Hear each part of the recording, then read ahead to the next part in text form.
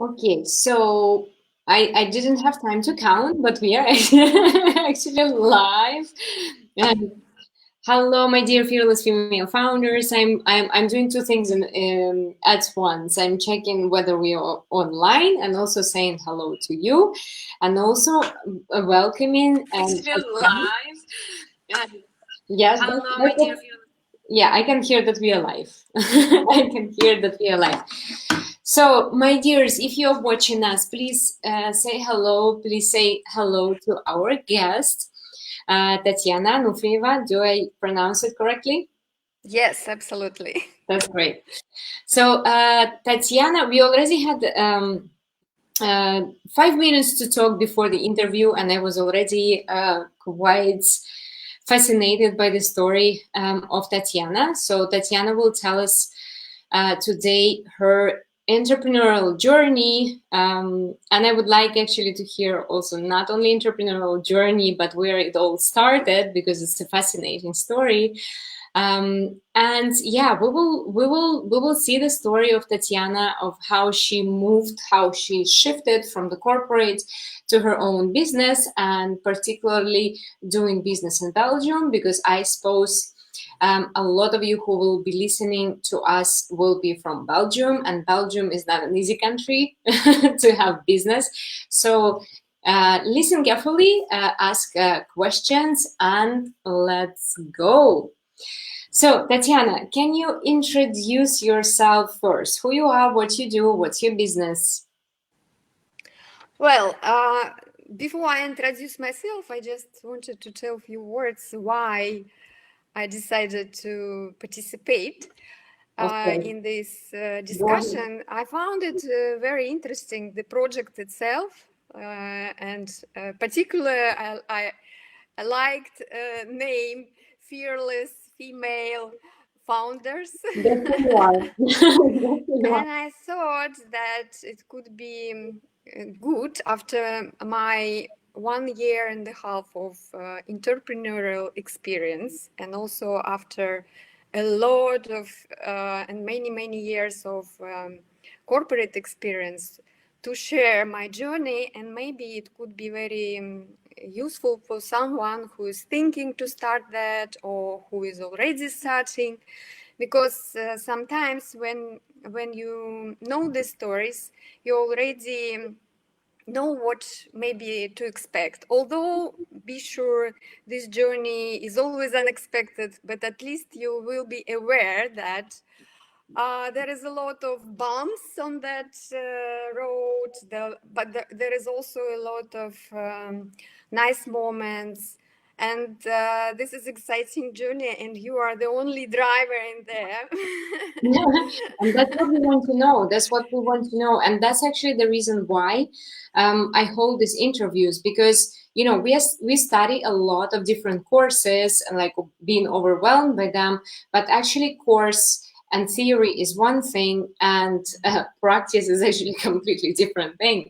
And we Absolutely. want to know those bumps that you're talking about, because this is what we learn from, how to overcome them and what is the real life like.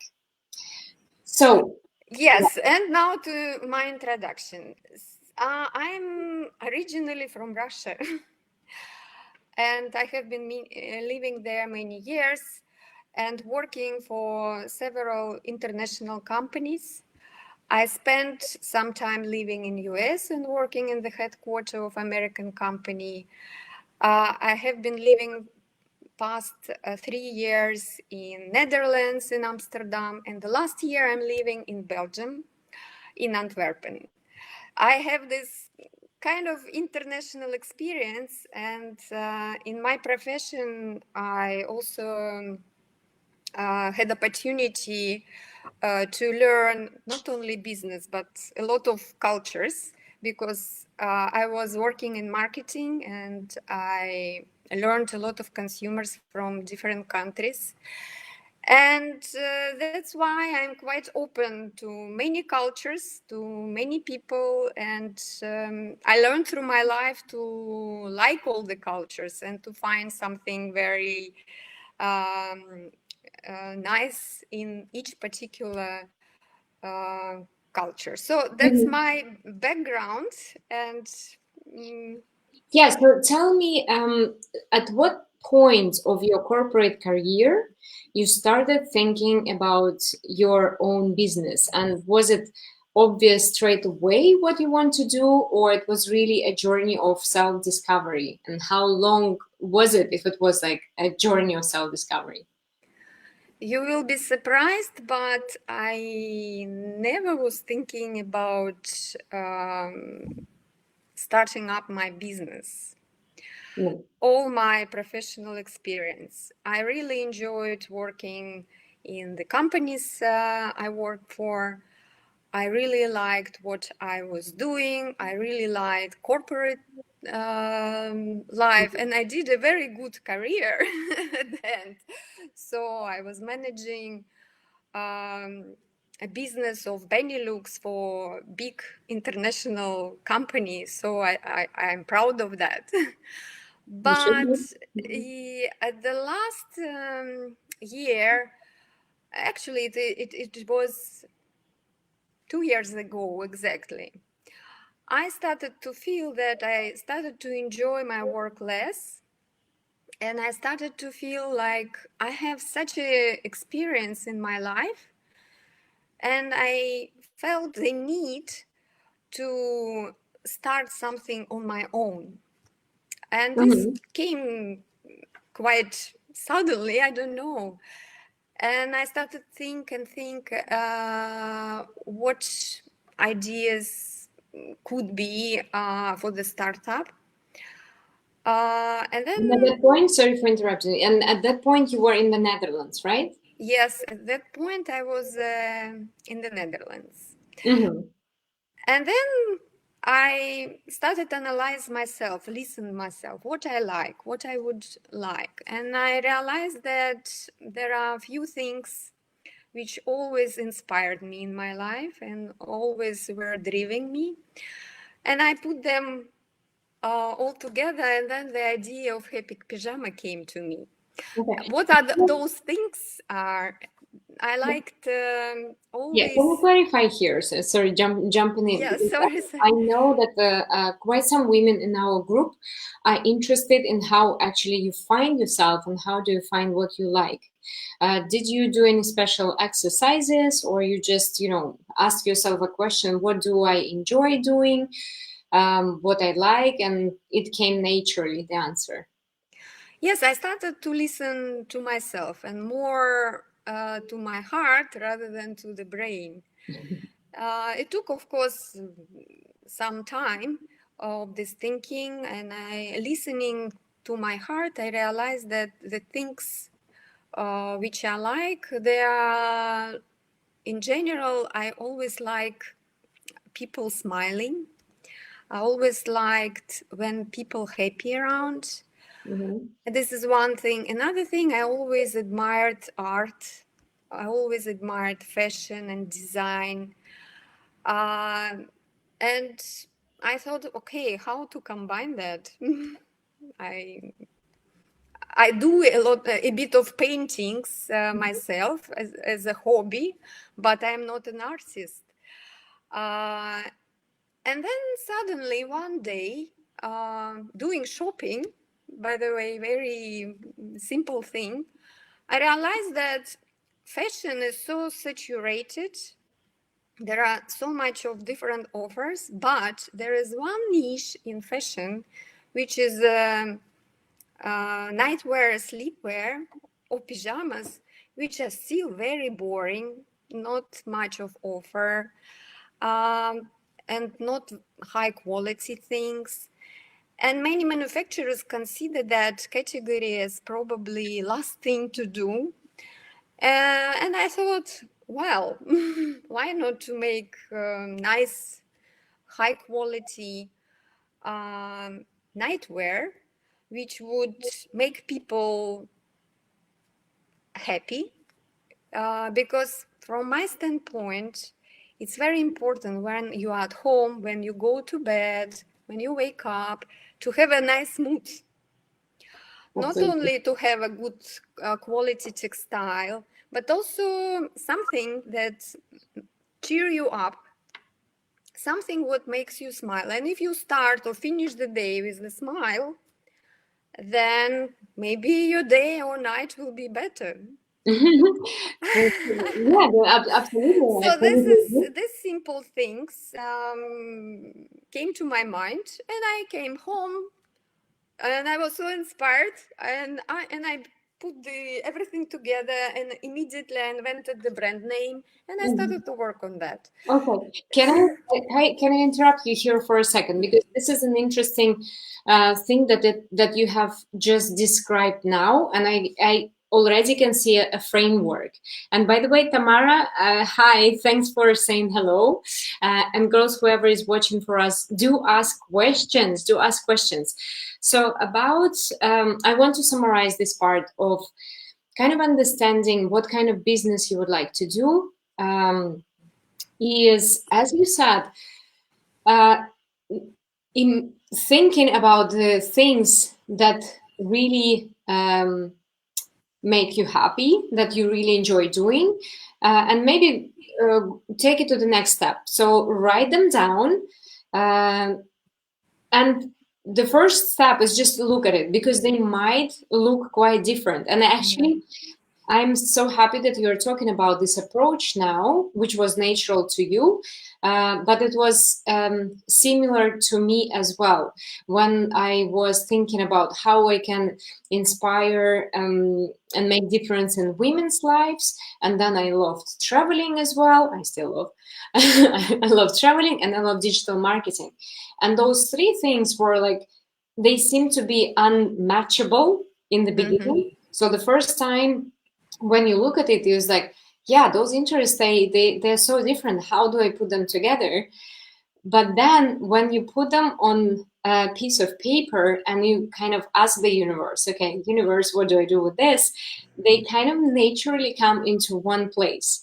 So what happened with Fearless Female Founders, I use my digital skills to build the community, to grow the community. Then I use my own drive, to make difference in women's lives through different things like this interview. And then traveling is actually retreats, like organized retreats for women. So like it all came together. So this is the framework. And yeah, just try and do it, girls, especially those of you who still didn't find their passion. And we are going back to Tatiana. So let's go further. You came back home, you were very inspired. Then what happened next? Yeah, I put again down my thoughts, my ideas, and I had such an inspiration that I decided, okay, I will do small steps forward and try to make it happen. Yeah, and you were like full-time employed, right? At that point, and actually maybe this was also the trigger, my contract in Netherlands was finishing, and I had to decide either I go for further career opportunities, but at that moment I had already boyfriend living in Belgium, and my career opportunities were in US, and I had to make decision what do I want further. And at this moment, so I made the choice. I decided that I completely changed my life from really career oriented, really corporate life. I decided to jump in completely different life, to start up my business and also to be closer to my boyfriend.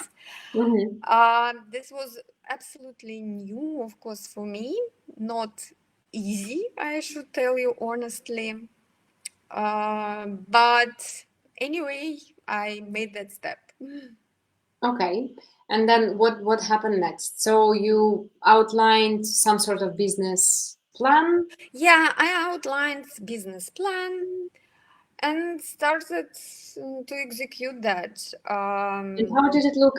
How did it look? Was it like really professional business plan, or was like 2 pagers scribbled on piece of paper? Yeah, it shouldn't be a very professional business plan. Although I did, of course, with all my experience, I put together my vision, my purpose, the brand description. I put all this together. I did even the financial analysis. I did P&L, What is putting PNL? numbers together. What, So what is PNL? my background allowed me to do that. Yeah, P&L. This is profit and loss analysis. Okay. And, Yeah, and and in your business plan, when was your break even? Was it soon? Any soon? well, I should tell you that business plan, and that's what I hear also from a lot of entrepreneurs. It never happens like what you draw in your business plan, No, at least absolutely. in the financials. No, So, that's for sure. Yeah. and my break even was supposed to be on the second year. Now my company is slightly less than 1 year. Uh, and this business plan is actually it's a framework which helps you first to put all your thoughts together. It helps you think more detailed about that, and also helps to make, I call it, disaster check to calculate if your idea is sustainable or not. But anyway, before you put this idea into practice, you will never check if this idea is sustainable or not. And how were you checking if it is sustainable or not? So I still check it. Okay. But I mean, you cannot really see it in the business plan, right? In the plan, you cannot check it. You Mhm. can make estimations, of course, and you can draw whatever estimation. You can make even some consumer research, which I did some slight study of consumers, if they like the concept, what do they like, what price they would pay for that. This consumer research I did, but still it will not allow you to understand how much you are going to sell, how much you are going to need for advertising, Yeah. and etc. etc. These things you will learn only in practice. Of Mhm. course, you can try to dig this data, what I did, but then I realized that, okay, I did my numbers, they look nice, but before you try, before you go, you will never understand what is the reality. Okay. Yeah, so we learn as we go in So you business. said, okay, that it's 1 year almost that you are building your business and you shifted from corporate to being an entrepreneur. And how do you supply yourself, let's say, financially speaking, and also your business, because it requires money, of course. I invest myself to my business, So so you I do save it from my personal savings. savings, yeah. I Okay. don't have at the moment any investor, but I'm already in the stage where I will need investments to increase the scale of my business. Mm-hmm. This is also one thing I learned when I started this journey, that it's better to start your business and not to get investments outside as long as possible. And Or don't get investors at all if it is yeah, or possible. don't get them at all, but at certain moment when you scale it, you want to scale it up, it becomes difficult, of course. Mm-hmm. I'm not that rich. So, but so far, mm, I learned that also, that when you want to attract and invite investors, you also need to show already some sustainable results.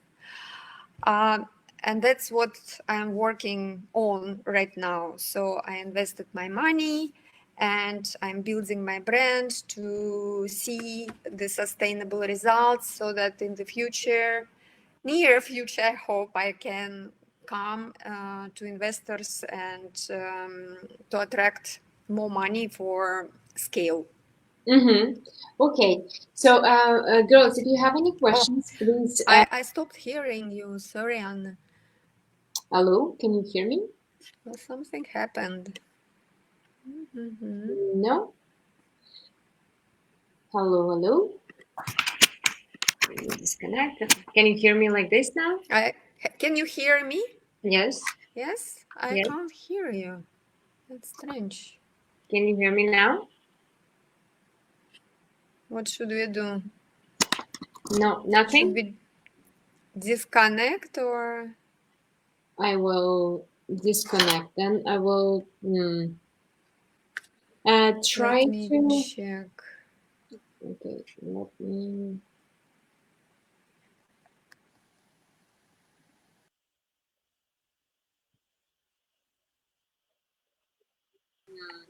And now, can you hear me? I can hear you. I can hear you well. Can you hear me?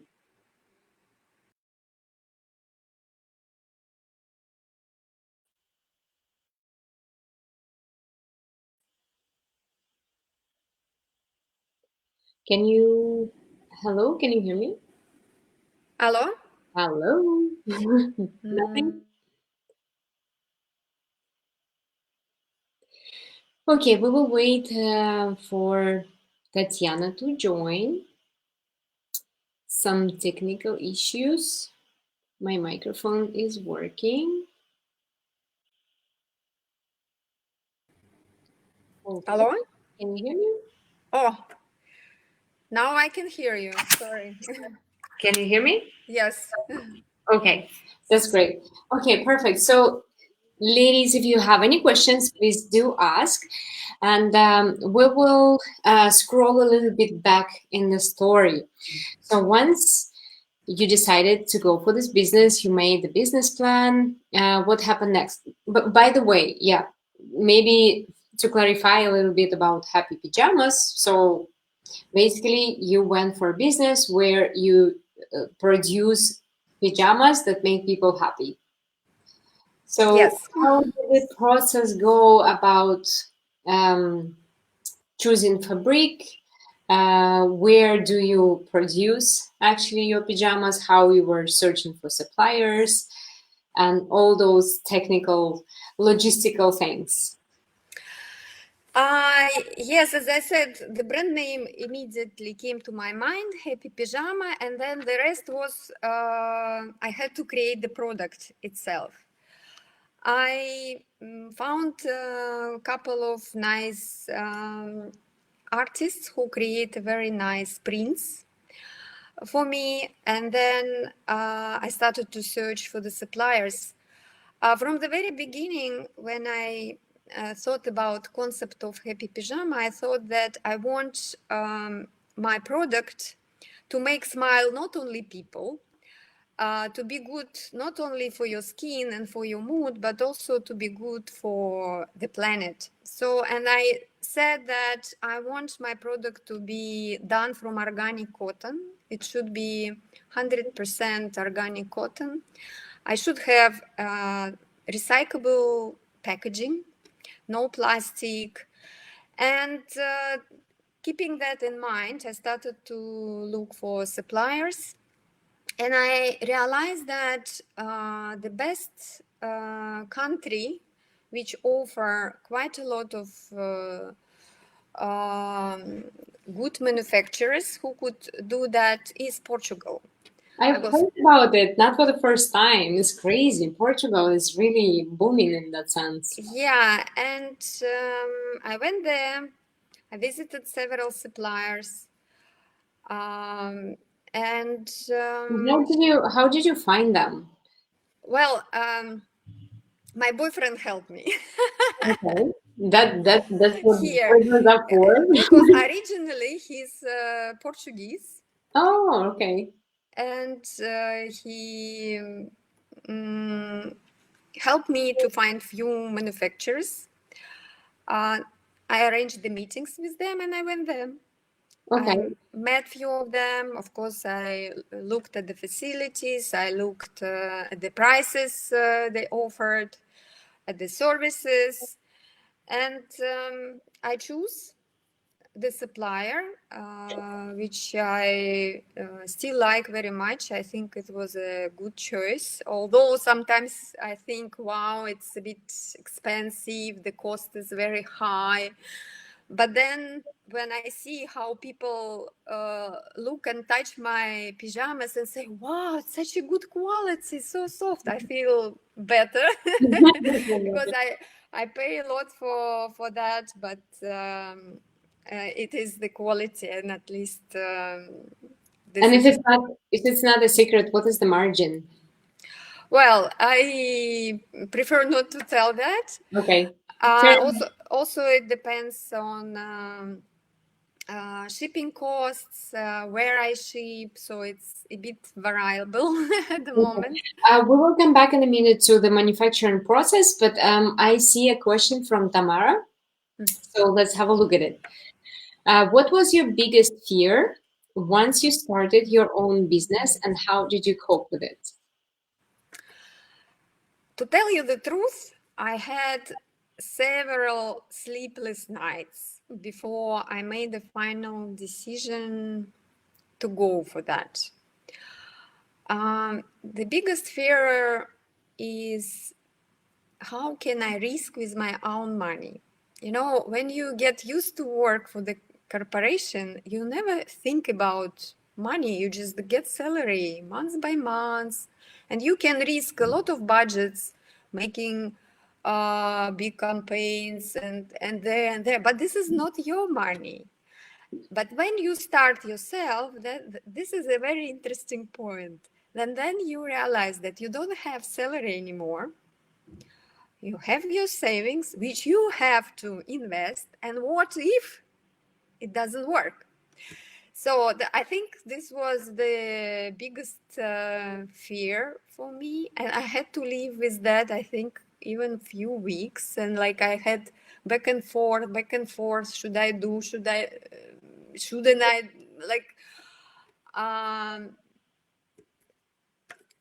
and I'm trying to remember what made me kind of make that step forward when I decided, no, I do that.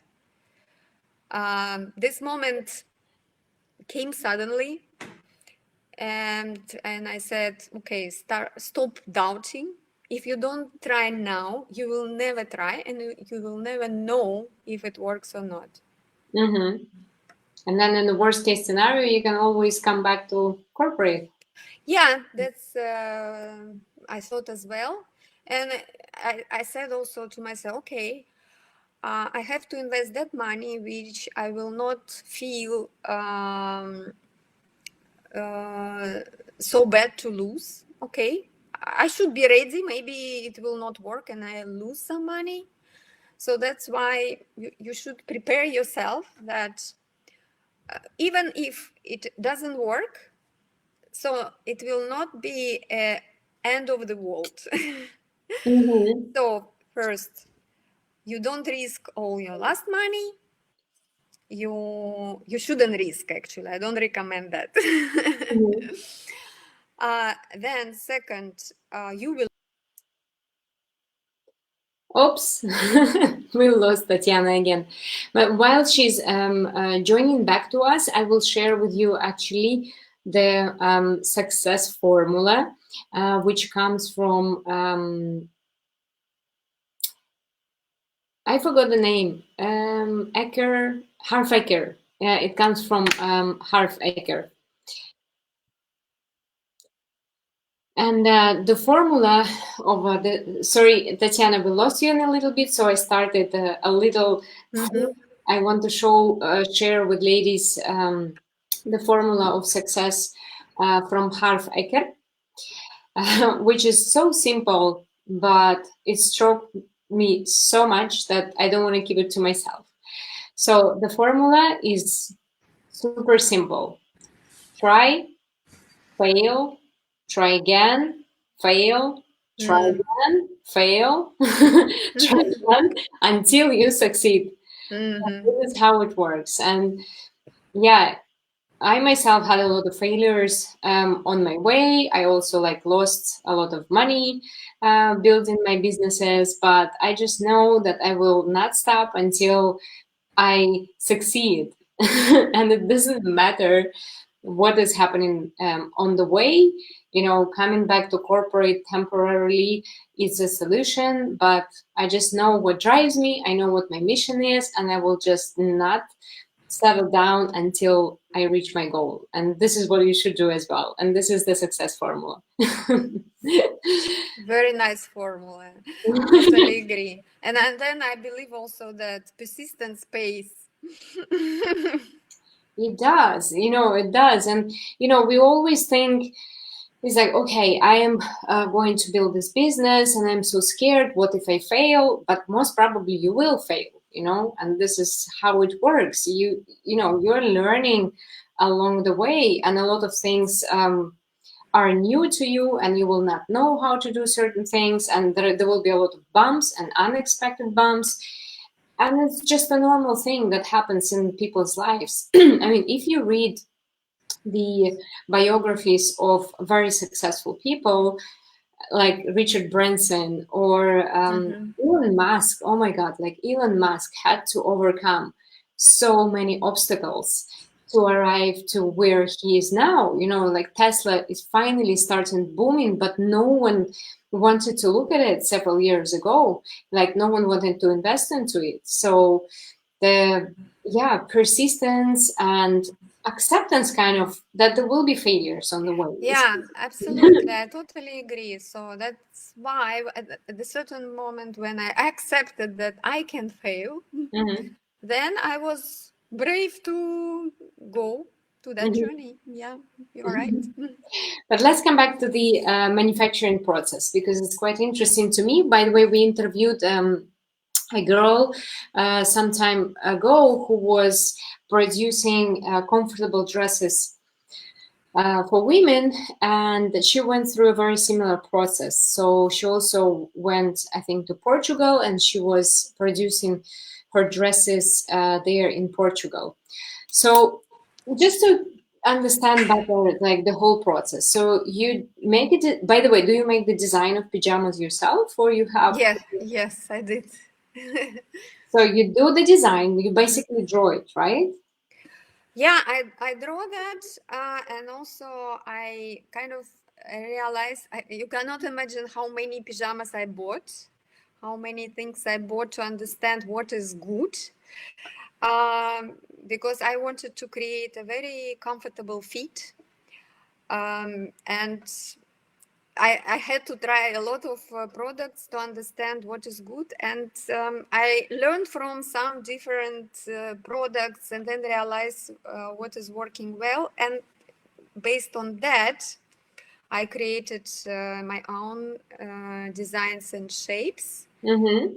And then when I found the manufacturer, they already did the sample based on my descriptions, based on all detailed um, descriptions I gave to them. They made the sample. So you didn't need to provide something like exact, like, do you remember Burda Moda, where, you have Yeah, layout. where Yeah. everything is super precise? Yeah, I actually did that with the fashion constructor who did that layout for me. Oh, nice. But then I realized with manufacturer that they work on their own layout, so it's easier to do the layout already when you know your manufacturer. But You if made you it with can do it manufacturer. yourself, so you can of course do that. But this was So it's better my to do way. it with manufacturer directly. That's what you're saying. Yeah, yeah, Oh, yeah. really? Okay, that's interesting. Okay, so they did some samples for you, You looked at them and you said, yeah, they look nice. Let's start the production. Yes, of course, we had to make some adjustments to bring to that shape which we have now. One of the difficulty also was that in my idea, being sustainable, eco-friendly brand, I decided that my pajamas should be uh, unisex. And this is not only overall trend in fashion, which exists, of course, unisex trend, but it also eco-friendly because you don't need to produce separate product for men and women. You have less remaining stock than you can destroy, or it's in terms of manufacturing also more economical. And Yeah, but this is difficult because you have to make it fitting nice for both men and women. And when at the beginning I gave this task to the fashion constructor, she said me, "You are crazy. It doesn't. It's not possible." But then it become possible. And yeah, you it's can just check on the websites. The girls and boys look same nice and sexy in yeah. unisex pajamas. I have seen the images, the pictures from your page or Instagram, and I saw man and woman in the same pajama, so Yeah. it's like the family pajama thing, and the kids as well. Super nice, also kind of a family thing. And where did you find the fabrics in the end? Um, I worked with manufacturer as well. They gave me the variety of the fabrics, Oh, they have and already. Okay, yeah, you just go and to Portugal and they do everything for you. and then I had to. They also sent me samples, and I had to choose. Of course, this is all in white, Mhm, without prints, and I have chosen the thickness, the quality of organic cotton, mhm, and choosing that, then we started to work on the prints. mhm, And I had to go to Portugal also to see the colors, how it's printed, because one thing is when you have design in the computer, but when you start to print on the textile, the colors can look differently. And I had to go to be sure that we have exactly the colors I wanted. They had to be uh, nice, not too bright, not too pale, to have a right feeling, joyful feeling, a smiling feeling, and cozy feeling. yeah. And was it the same manufacturer again doing that as well, doing prints? Uh, yes, the same manufacturer also make prints on my Yeah, pajamas. like Yeah. all in one, all in one solution. So good. And do they also ship? No, they shipped only to my warehouse in Portugal. Oh, okay. Okay, this is the next step then. So you had to find a warehouse. And I know that, for example, in Belgium, I've heard so. I don't know if it's true that finding a warehouse is close to impossible. Um, so you asked them to ship it in the warehouse in Portugal, but not in Belgium. Why is it so? Um, Actually, I don't have business in Belgium. When I was making decision where to open my company, I analyzed several countries where to set up my company, where to register it. I had several list of countries, and analyzing Belgium, I came to the conclusion that it's not easy country to run the business Mm-hmm. because of the taxes, because of some other things, some other You tell me. legislation, complications, and my choice was Portugal. And I set up a company in Portugal. So I have a warehouse in Portugal, and I ship to my consumers or to the shops in Belgium and Netherlands from my warehouse in Okay. Portugal. Can I ask you in here, because this part is very, very interesting, and I know it's very interesting for women who are listening to us, because this is a very complex question in Belgium about taxes, and I know a lot of people are not happy and confused about how to have your business in Belgium.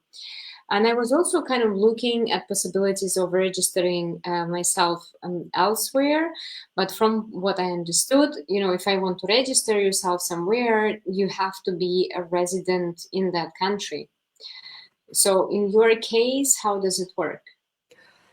In several countries in Europe, you don't need to be a resident, and Portugal is one of these countries. Okay. Yeah. So, wow, that's amazing. So did you find an accountant there who helped you with that? Yes, I found accountant. It's a accounting company. She provides the services for several companies, and I have accounting there. I have two employees in Portugal. What is in place? Two employees I, in Portugal, and at the moment we are very small, but we do a lot of things. Yeah, which is fine, and because our group is about solo entrepreneurs, it's about small to medium businesses. So this information that you're sharing with us now, I think, is extremely valuable, because there is a lot of frustration going on in our group and in general about being an entrepreneur in Belgium. And what are the taxes in Portugal? Well, there are different schemes. Hmm. Unfortunately, I don't remember by heart. When I did this analysis, of course, I compared Hmm.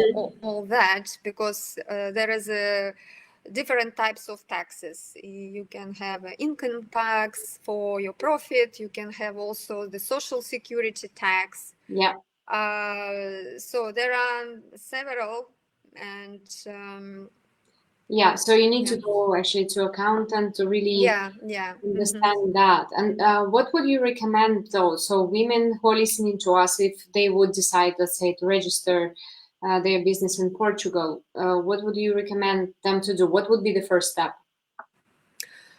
Well, I would recommend to look if this will be possible working model to do the business in other country, because in many countries you have to have in place in the place where your company is registered.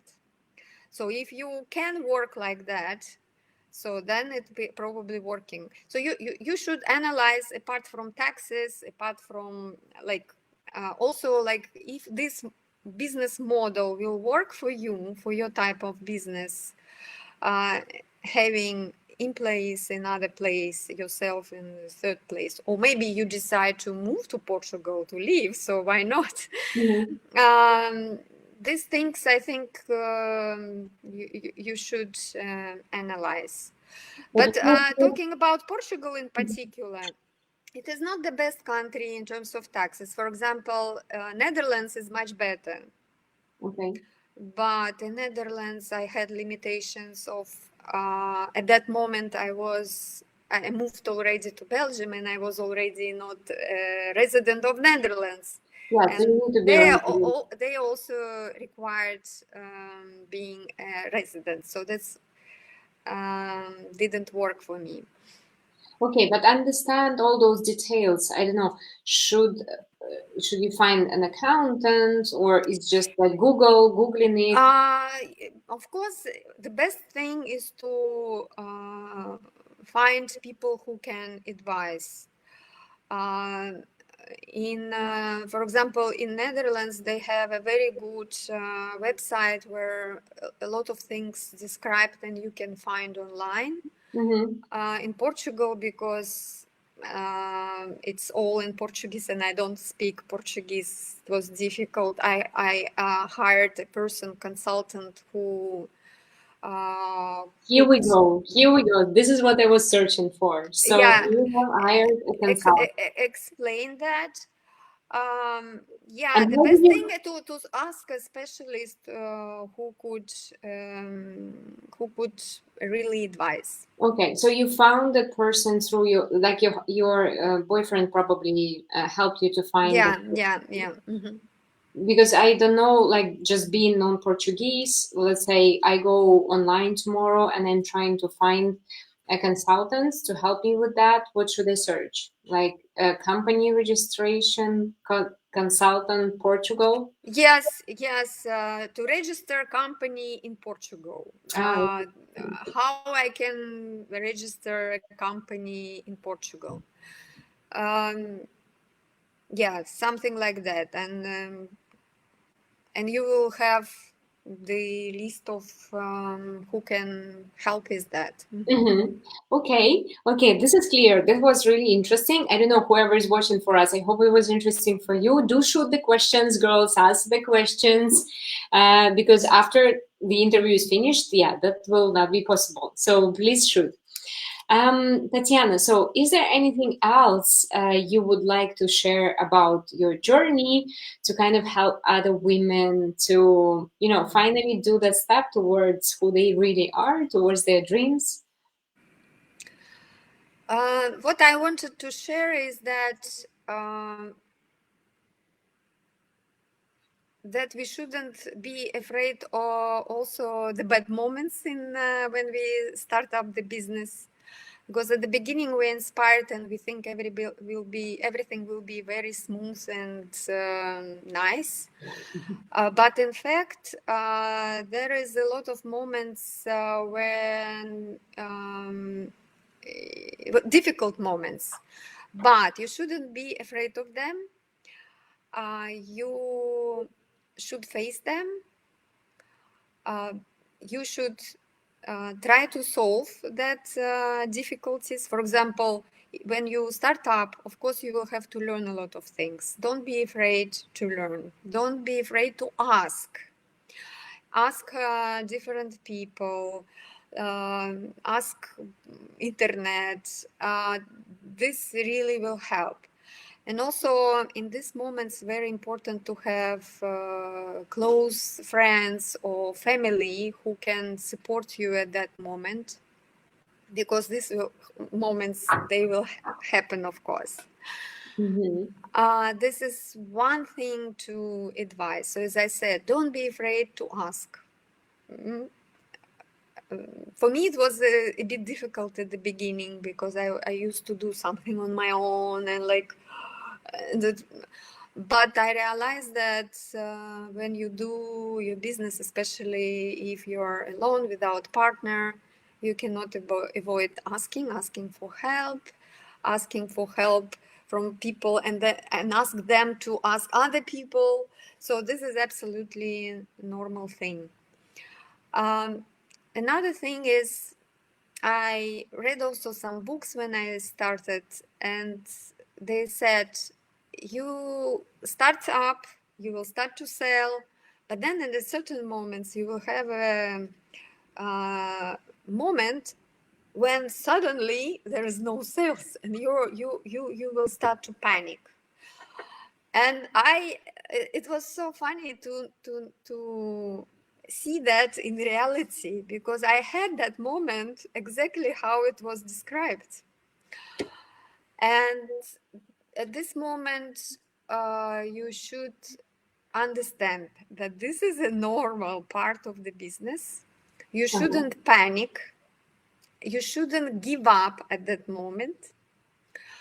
You just need to keep the cold mind and analyze what can be done differently, what is working, what is not working, what should be done differently, where I can improve, what else I can try.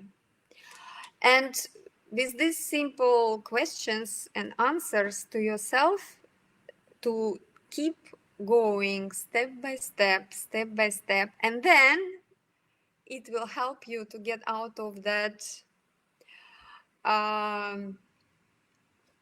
would you say in English? A block, let's say. Yeah, to come out of that block. But normal reaction is a panic, of course. So please don't panic. Mm-hmm.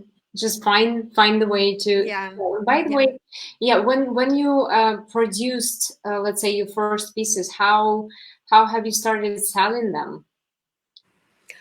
I started selling in my web shop. I created web shop, and Mm-hmm. most of my sales are going online. So my business is quite digital.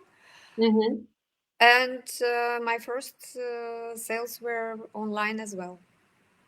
Okay, so you don't sell through like big stores or like marketplaces. I sell in physical stores as well, not my own brands, but some stores, multi-branded stores. Yeah. And how did you start selling to them? Did you reach out to them by phone, by email? You went physically there? Uh, in different ways, but mostly it works physically better still, Mm-hmm. especially when you offer such product like, which is quite new concept.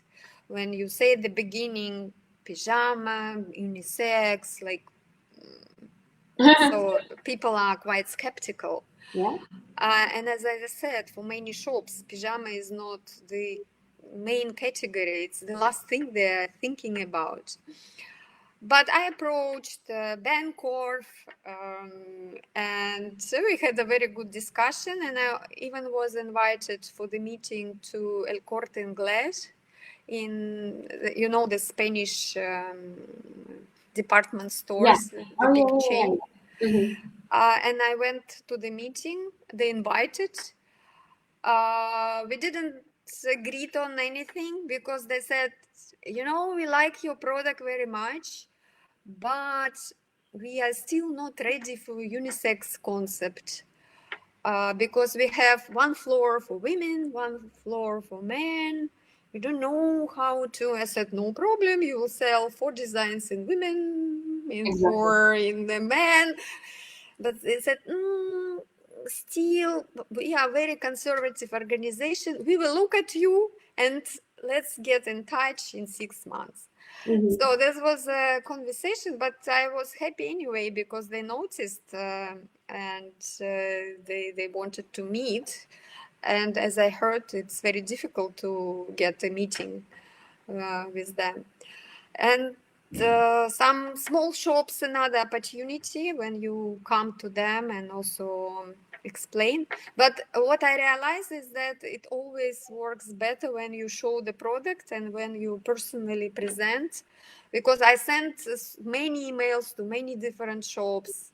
Some of them never responded.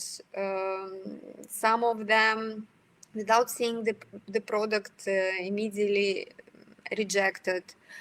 But when you come after rejection and show, then you can change opinion. So still physical presence But works, you said when but you at the okay. same time, for the end consumer, Mm-hmm. um,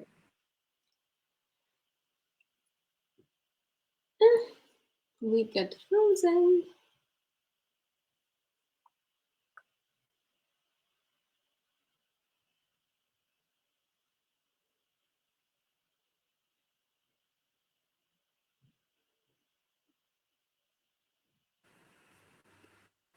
hello? Hello. Yeah, you're back. You were saying that for the end consumer. For the end, for the end consumer, oops, just a second, why it is.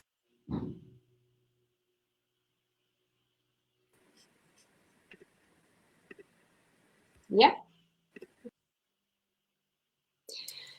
We lost Tatiana again. Let's wait a little bit. Girls, if you have any questions, do ask. Because we are approaching really the end. There are literally 5 minutes left. I'm always fascinated how fast time flies when you're having fun. That's strange that Hello? the connection is not working well. Now you can hear? Yeah, I can hear. Sorry.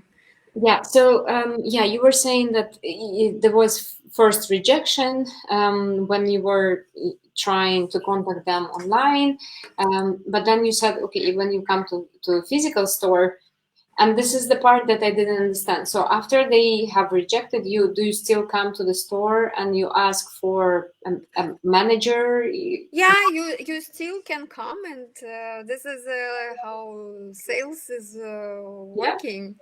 So you can approach several times and still try to make a physical meeting. Yes, I have an example where I received by email refusal, but then I just showed up in the shop with the samples, and I said, okay, that's we And who do you, communicated.